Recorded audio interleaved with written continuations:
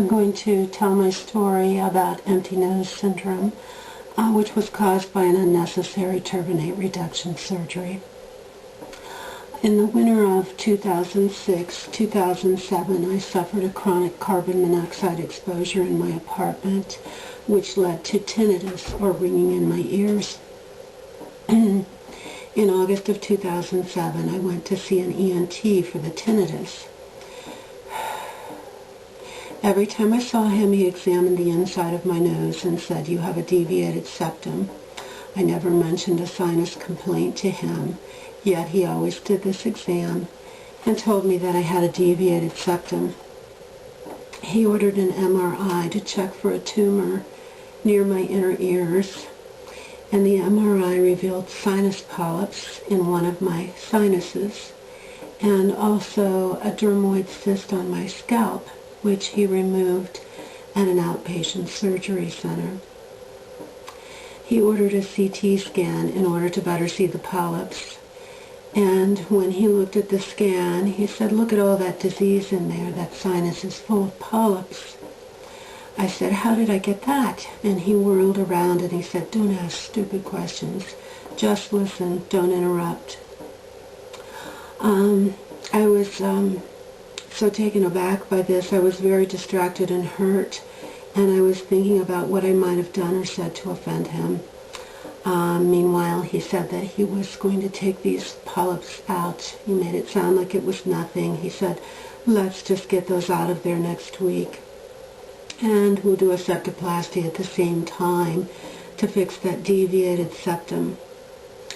And at the time, I thought my septum was just the little divider between my nostrils.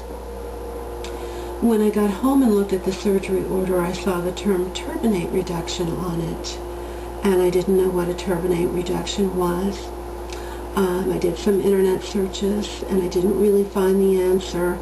I found words like trim to describe it, and I thought it was probably referring to a little bit of soft tissue right next to the polyp. A few days later, I had the surgery, and for about a week I felt pretty much the way I would expect to feel after surgery. I had some pain, and I had Vicodin, and I had no real problems.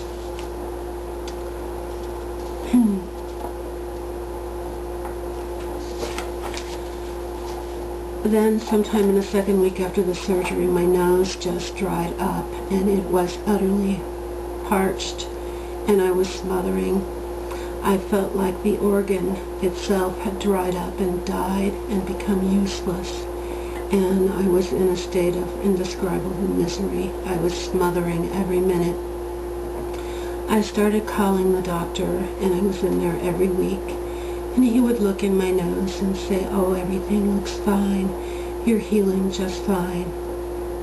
I was in so much pain that I wanted to die. I felt like my head would explode from the pressure of trying to breathe.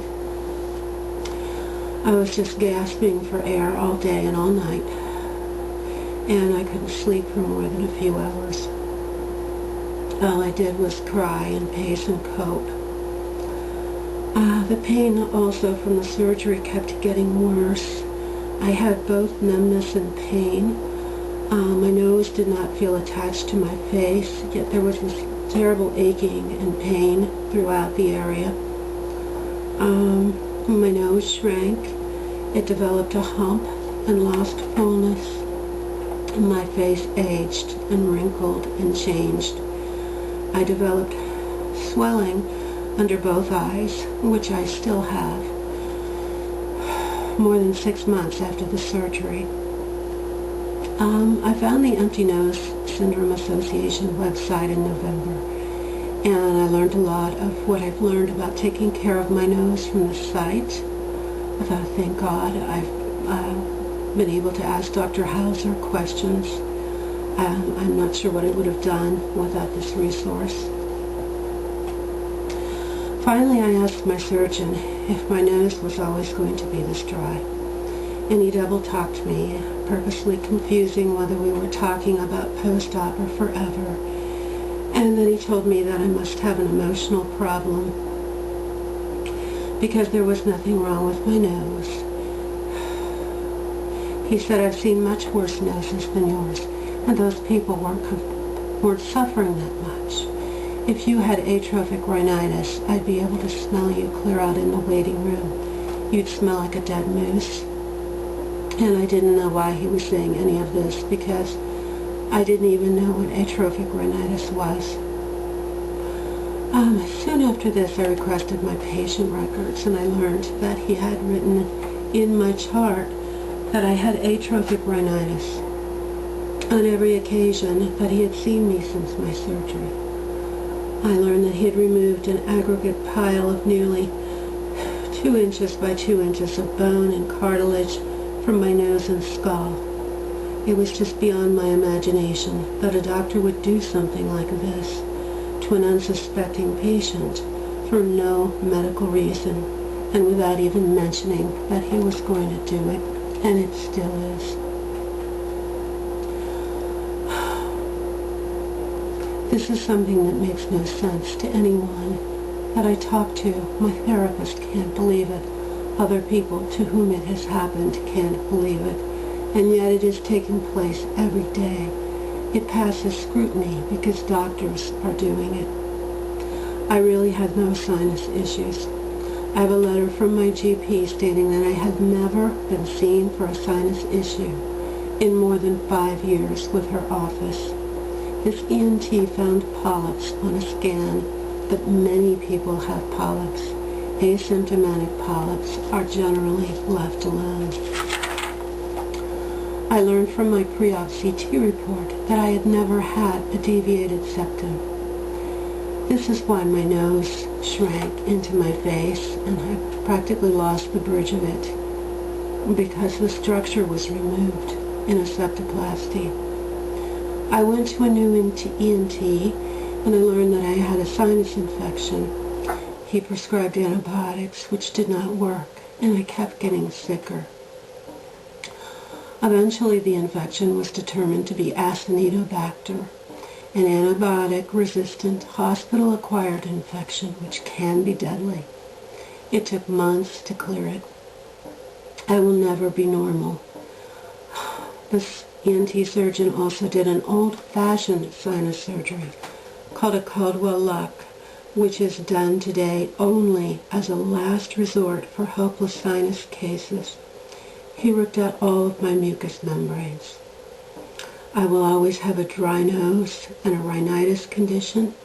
I will have to perform sinus irrigations daily for the rest of my life. I will be prone to infections.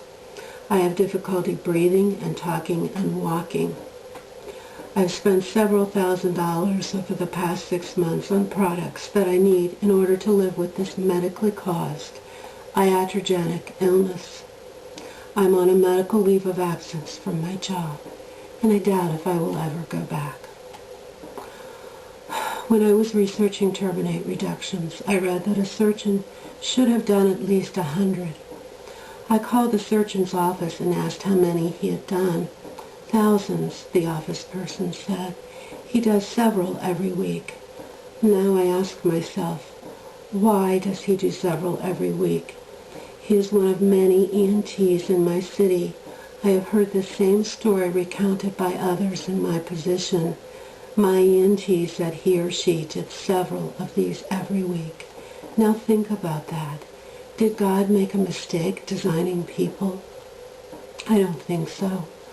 Volume is the key to a surgeon's income. This is the reason that ENT surgeons do several turbinate reductions a week.